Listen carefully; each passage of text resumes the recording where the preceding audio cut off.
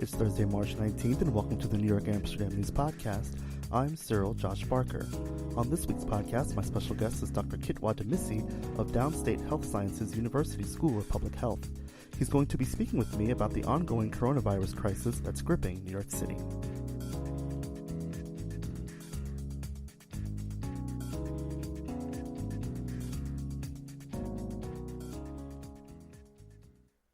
The coronavirus continues to infect people in New York City and across the nation. People are being told to limit their time going out to help slow down the spread. Several well-known people, including Brooklyn Assemblyman Charles Barron, his wife Councilwoman Inez Barron, Bronx Councilman Richie Torres, actor Idris Elba, and Kevin Durant of the Brooklyn Nets have tested positive for the virus.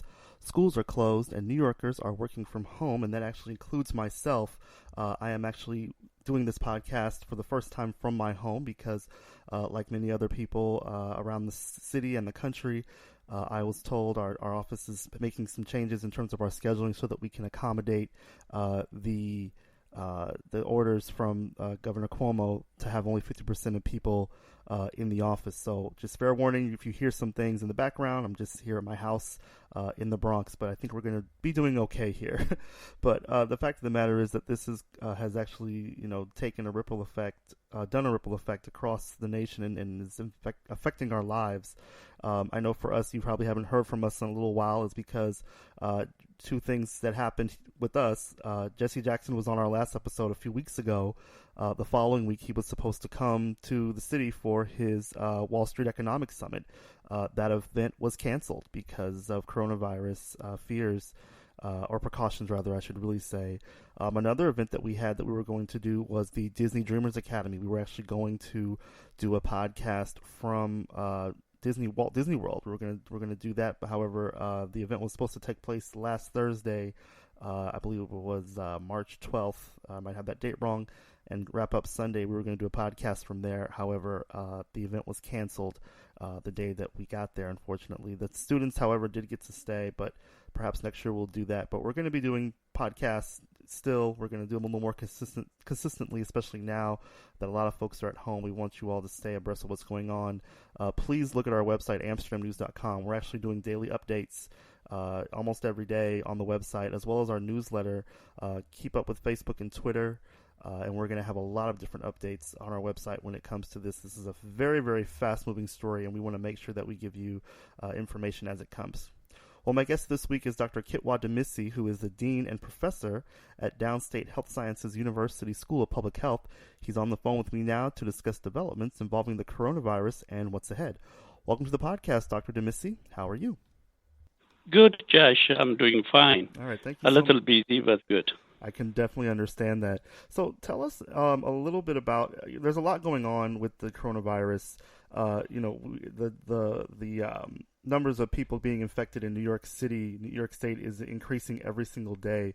Can you give us kind of in what you're seeing? What do you make of what's going on right now? Can you just tell us?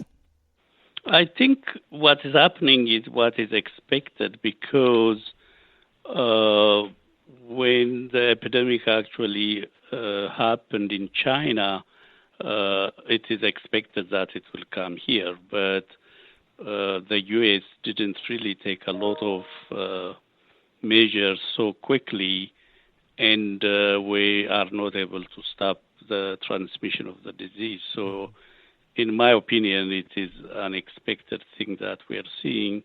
The number of infections will increase, and also, the number of community spread will increase for the coming few weeks and months.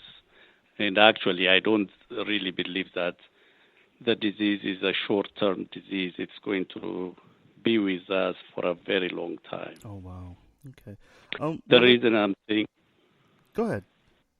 The reason I'm saying is the disease is a very new disease. It's a novel disease. It is a zoonotic disease that comes from bats, and we don't understand the intermediate reservoir, but we are really virgin to the disease. In other words, human beings don't have any immunity. So the only way you can actually stop the spread of the disease is when you have about 75 to 80% of the population is infected or develop immunity. And the only way we can achieve that is through a mass vaccination, or when the person actually develops, when a lot of people develop naturally a natural infection from the disease, then we'll reach a herd immunity, which means the group of people will develop resistance or immunity to the disease. It is only at that time the disease is going to stop spreading, and vaccines is not going to be ready soon. So my expectation is the disease can actually go spreading in waves of spread until December, at least the minimum until December. That's what I'm thinking. Okay. I kind of went in to talk about what's happening currently, and I just want to go back a little bit. Tell us what coronavirus is, COVID-19. How do you get it? What are the symptoms that people should be looking for if they think that they have it? Yeah, coronavirus is a group of viruses, and they cause different kinds of respiratory illnesses. They are not new viruses, but this specific type of coronavirus, or COVID-19, is very peculiar, and the origin of it is from bat, or it's a zoonotic infection that comes from bat. And in some way, the virus is transmitted from bats to another animal, and from that animal, in some ways, it got into human beings. It's a very potent, very effective in terms of transmission, and it affects people very quickly. Mm-hmm. It has infectivity of about 4, which means one person can actually transmit the disease effectively to 4 people. So because of that, it's a very dangerous disease. Mm-hmm. And, the number of cases keep increasing because of its efficiency in transmission. The common symptoms of the disease are cough, fever. Sometimes you have chest pain, and pneumonia is another symptom people usually have. Mm-hmm. Very few people have gastrointestinal symptoms, but it's not a very common symptom. Okay. But most people have fever, respiratory conditions, chest pain, and when it is severe, they will have pneumonia and another condition, which is an adult respiratory distress syndrome, which is a very dangerous condition, which can actually lead to death. The interstitium, or the inside of the lungs, will be heavily infected because of the pneumonia. The pneumonia has a typical characteristics that you can see on CT scans and X-rays, but oftentimes it's very severe. Okay. One of the questions that I've been wondering about, a lot of people want to know, is about recovery. How long does it take? I know that we've been hearing in the news that this virus can affect older people and can be very dangerous for older people. How long does the coronavirus last? Because we're hearing about cases every day, but we're not seeing. I look at the map that Johns Hopkins has. There's a map that Johns Hopkins University has on their website. It's just shows where the infections are, how many people have it per country. You can even go and find it. Which states have how many people infected. But one of the things we're not seeing too much of is we're not seeing the number of recovery people in America, especially in New York State, New York City. How long does this virus last if you get it? How do you recover from it? I know there's no cure, there's no vaccine, but what's the treatment like? How does that work? Yeah. So I think, the epidemiology of the disease in China, it was affecting mostly older people and people with underlying diseases. But in the United States, it's changing a lot. And younger people are also affected in the United States. Actually, about 40% of the infections are between the ages of 20 and 54 years of age. Mm-hmm. So the belief that it only affects older people is not really true when it comes to this country. So we have to really be mindful that even when we are young, we can be affected by this disease. So we have to really be careful and be following the guidelines that CDC and other local agencies like the New York Department of Health or the New York State Department of Health are putting out. Even, if you look at ICU admissions in the United States, about 36%, close to 40% of the ICU or intensive care unit admissions are among people whose age is between 45 and 64 years. Mm-hmm. And about 12% are in individuals with an age range of 20 to 24. So the belief that it only affects older people, it doesn't really affect young people, is not really true in this country. And it is very, very important that we have to be very careful. The way the disease after the disease is usually transmitted through droplets. Mm-hmm. When somebody coughs or sneezes, the droplets will be in the air for some time, and we can really inhale those droplets, and the virus will go into our system and replicate very quickly. Mm-hmm. And the virus can also stay on surfaces for a very long period of time, up to 5 days. So we have to be really very careful in what we are touching, and we have to really wash our hands all the time, continuously, for 20 minutes with soap and water. And if we are, in a car without soap and water, using alcohol-based sanitizers will be good. The alcohol should be about 70% alcohol, 70%, because the one which is 90% or a much lower alcohol concentration will not really penetrate the walls of the virus and kill it. So 70% is the right dose, the right concentration. The other thing is, usually once we got the virus, within 1 to 4, 5 days, we'll develop the symptom. Okay. So it takes up between 1 and 4 days to develop the symptoms. The symptoms include fever, cough, pneumonia, chest pain, and also sometimes in severe cases, it can start, shortness of breath, which is a very bad sign. And when we start, having shortness of breath, that is an indication of a bad disease. Mm-hmm. Then from the development of the symptom up to 14 days, we can transmit the disease to other people.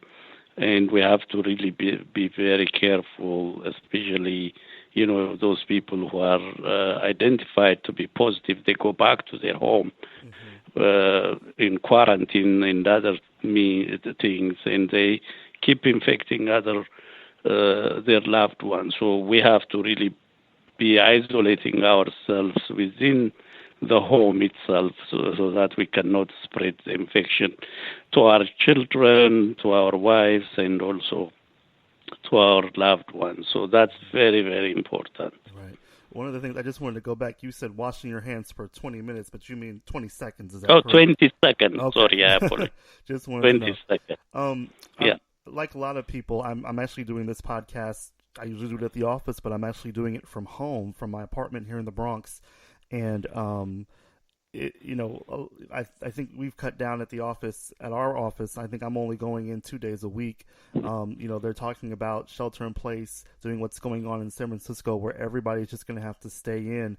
Number one, is that effective? And two, everybody wants to know, when will we start seeing when do you think we will start seeing some sense of normalcy? Because, a lot of events have been canceled. There are vacations that have been canceled.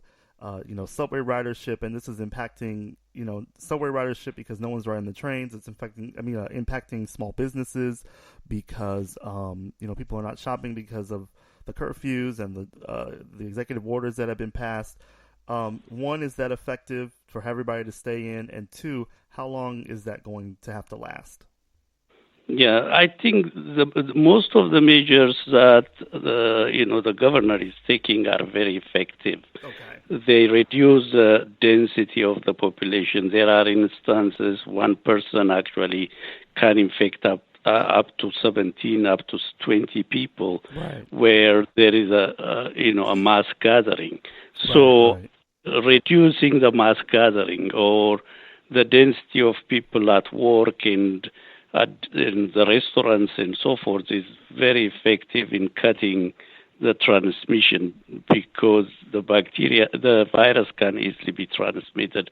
And the only way you can really slow down the transmission is by doing this type of things. And they are really doing a very effective job in that sense. But my prediction is, because these activities started very late, in some places, if you start these things early on, when we hear in January that China is having these things, we should have started a lot of things at that time. If we have started doing these things, identifying people, tracing their contacts, and isolating, quarantining these people, Right. would have prevented a lot of the cases that we are expecting in the coming weeks. Mm-hmm. But because we are really late, I think that the disease is already spreading among the population. The reports that you see, or the number of cases that you see every day are,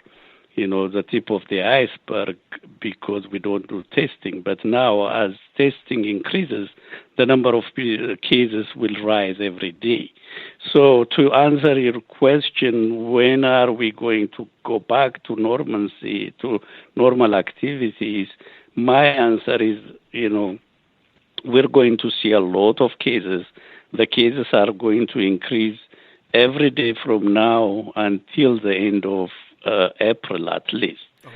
But the peak will be probably around the mid-April, or the third week of April will be the peak number of cases. So after that, we may get a slight decrease after we reach the peak. But when we again start doing the same thing that we have been doing, I can tell you that the number of infections will increase again. That's why my prediction that this disease is not going to disappear quickly. Right. It's going to stay with us for some time to come. And I have to agree. I think the way people are, everybody's so desperate to just have things go back to quote unquote normal, because it's impacting everybody's lives. But the thing is, I can honestly say, knowing just history of how things work in this country, I think China had one, I think last night or maybe the 24 hours, they didn't have one person that was infected. And that's a glimmer of hope. But if that happens here in New York, let's say, for example, over in the next 24 hours or sometime down the line, there's no infections, they might switch everything back on. But you're saying it's going to take some time, even when there's when we're making progress towards having fewer infections, we still need to kind of implement that, staying home from work, working from home and all that, all these other types of things. So I totally agree exactly, with you because on that, I agree with you. The infection is going to be in at least waves, or there will reach a peak in April, mid-April, or the third week of April. Okay. Then from the peak we go a little bit down. Then we'll see another peak probably around August or September, another rise and peak. Right. So this thing will continue for some time. My hope is by December we may have a vaccine, and our life will be easier. Right. Otherwise, I think we are in big trouble with this virus. Yeah. I have to talk about prevention. Obviously, there are ways for those who don't have it or haven't had it yet, or obviously we don't want to get it. Prevention. What are the key things that you can do? You mentioned hand washing, 20 seconds. alcohol-based hand sanitizer, 70%. What are just some other things? I know social distancing is a big thing. However, this is New York. It's not as easy for us to be on the train. For a lot of people that do have to work, they're going to be essential workers. Talking about non-essential workers, need to stay home. But there are people out there who are essential workers who need to be out there, who are going to have to be out there. And there are even occasions for those of us. For me, for example, I went to the grocery store today, obviously, because I want to try and stay in as long as I can, and limit my outdoor exposure if I don't have to. Prevention, aside from the hand washing and the social distancing, what else can we do? What else should we be doing aside from that? Yeah, you are asking practical things like going to the grocery. Right. Yeah, we need to go to the grocery, but as much as we can, if we can, decrease the frequency of our going to the grocery, because a lot of people are going to be there. Right. And in some ways, the groceries the manager should really make sure that when people are online, they have to be separated at least by 6 feet. Between individuals, there should be at least 6 feet distance. Otherwise, there is a chance of transmission if somebody is coughing or anything. So one thing is to keep a distance between your fellow people who are, shopping in groceries stores. And the second thing is whatever thing you buy, if you have a glove and if you can pick the food or the fruit and other things that you are buying, when you bring it home, wash it, with water until it's very clean. That's very, very important to, repeatedly wash it before you consume it. And, in addition to that, people always, unless they have a very, strong reason to go out and meet a lot of people, it's better not to do it. Right. Because you are taking really a risk. Mm-hmm. So as much as possible, avoid crowded areas. And if you go to on subways or metro and so forth, whatever thing you touch, don't touch your faces, your eyes, because the virus also gets transmitted through the eyes. Mm-hmm. Don't touch your mouth, your nose. And immediately after you leave the subway, wherever you find a place to wash your hand, again, wash your hand with soap for 20 seconds. And if you have sanitizers, use it as much as you can also. Mm-hmm. If you can have a small alcohol-based sanitizers, you can use that frequently to kill the virus. There are certain situations you can't really avoid, but you can protect yourself in a lot of ways. Okay. And I can honestly say you're seeing a lot of people on the train, they're touching the pole, but they're using like a paper towel to put their hand over. You're seeing a lot of people wearing those gloves for that. And, for me, I was at the grocery store and I'm seeing some of the stores have it, some don't, where you can get the sanitizer wipe and wipe down the cart before you go out there and start shopping. So that was something we need to know. You and I have talked previously about for the story that we did last week in the Amsterdam News, and I do want to ask you this again. We're starting to see a lot of people with those masks. Things are changing so rapidly. What's your verdict on us wearing those masks, those surgical masks, or those N95 masks that everybody's talking about? What's your opinion on that? Yeah, number one, previously it was believed that the N95 mask for the healthcare worker will be very effective in preventing transmission. But now there was a meta-analysis compiling 6 randomized trials, and there is no difference between surgical mask and also N95 mask in protection from the virus. But these masks should be used by a healthcare professional, not by the public. But when it comes to the public, I think it is important that infected people use masks to avoid transmission to other people. And when they go to the hospital or emergency room or to the doctor's office, if they are suspecting that they have COVID-19, the healthcare professional should put mask on them quickly. If not, I think the individuals can ask for a mask. Okay. But it is important, if you are suspecting that you have infection, it's good to put it so that you will not transmit it to the others. But other than that, for everybody, mask is not recommended. Okay. It's only when you feel that you are infected that mask is important. Okay, wonderful. Well, listen, Dr. Demissie, I really appreciate you speaking with me today. This is some important information. This is an ever-evolving story. Every time that I look up, there's new numbers, there's new ordinances, new executive orders to try and keep people safe. And so I think, there's some information that is going to stay the same about prevention, and I think it's so important that we get that word out there. So thank you so much for being on the podcast.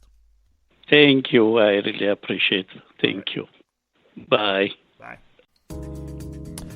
That concludes this week's podcast.